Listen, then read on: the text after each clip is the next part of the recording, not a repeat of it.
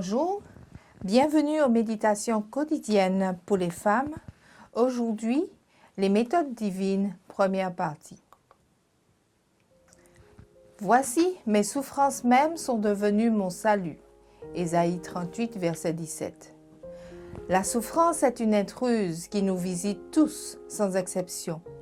Quel que soit notre statut économique ou social, notre niveau intellectuel ou notre race, au moment où nous nous y attendons le moins, elle apparaît comme par magie et nous pénètre de ses racines empoisonnées. Pourtant, comme nous le lisons dans le verset du jour, la souffrance peut nous frapper pour notre bien. Comment est-ce possible? La souffrance peut-elle se transformer en bien dans ma vie? À première vue, il semble illogique de penser qu'une telle issue positive puisse être dissimulée par un malheur, une blessure de l'âme ou de la mort. La Bible se tromperait-elle en faisant une telle affirmation? Les mots prononcés par le roi Ézéchias ne viennent pas d'une théorie, mais de sa propre expérience. Il arrive à Dieu de permettre à la souffrance et à l'amertume qui en résultent de s'abattre sur nous, afin que nous réfléchissions et que nous revenions à lui. Son grand amour ne se passe d'aucun moyen pour nous rapprocher de son salut. Dieu a pour dessein essentiel de renouveler ta vie, de la sauver et de la délivrer de la mort éternelle, afin que tu puisses vivre dans un monde de bonheur.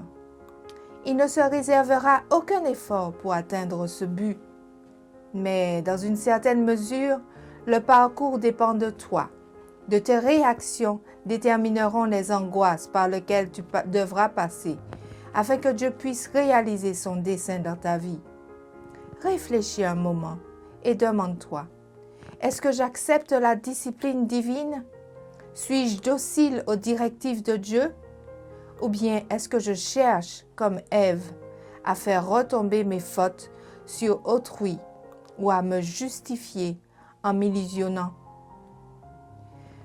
La vie est une école où il faut s'appliquer pour apprendre.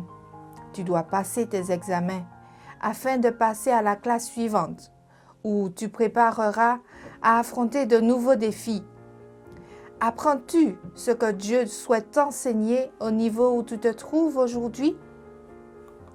Es-tu prête à passer les examens et à poursuivre vers de nouveaux buts?